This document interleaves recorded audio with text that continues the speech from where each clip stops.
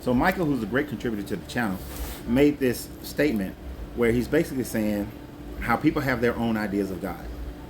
And in people having their own ideas of God, they contour God to fit their culture, to fit their desires. He's saying that people will use God to justify the atrocities that they commit in this world and say that God told them to do it, and in that way, they are justified in their actions.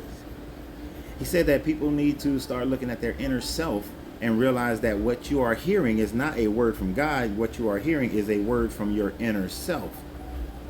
Now, because people have grown up in these religious doctrines, it is easy for them to then justify their atrocities and say that they're hearing from God when really they're just hearing from themselves.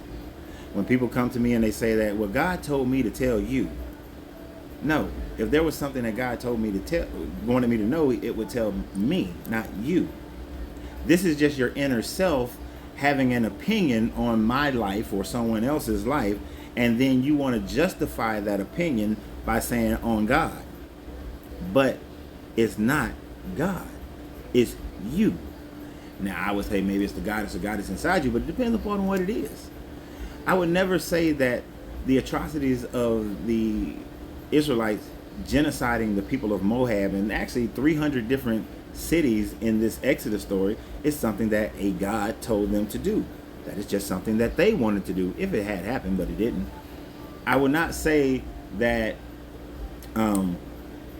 the raping of a young girl and then the man paying 50 pieces of silver is something that God said that they should do, so that the woman then has to marry her rapist and provide children for him.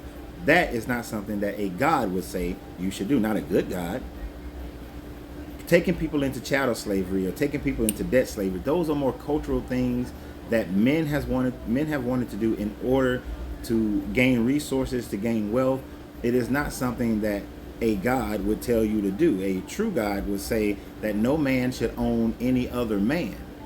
That's what a true God would say. It would say that a rape victim should never have to marry her rapist. It would say that, it would never say, go and kill all the men, kill all the women who've known a man, kill all the young boys, meaning children, and then take for the young girls who have not known a man as your wives.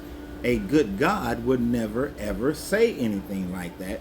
That is something culturally biased men would say, which is what you have in your book, but we've all justified that based on our culture, because we wouldn't say those things today because our culture, our moral compass in our culture today wouldn't allow it. So look at your inner self. That's you talking to you.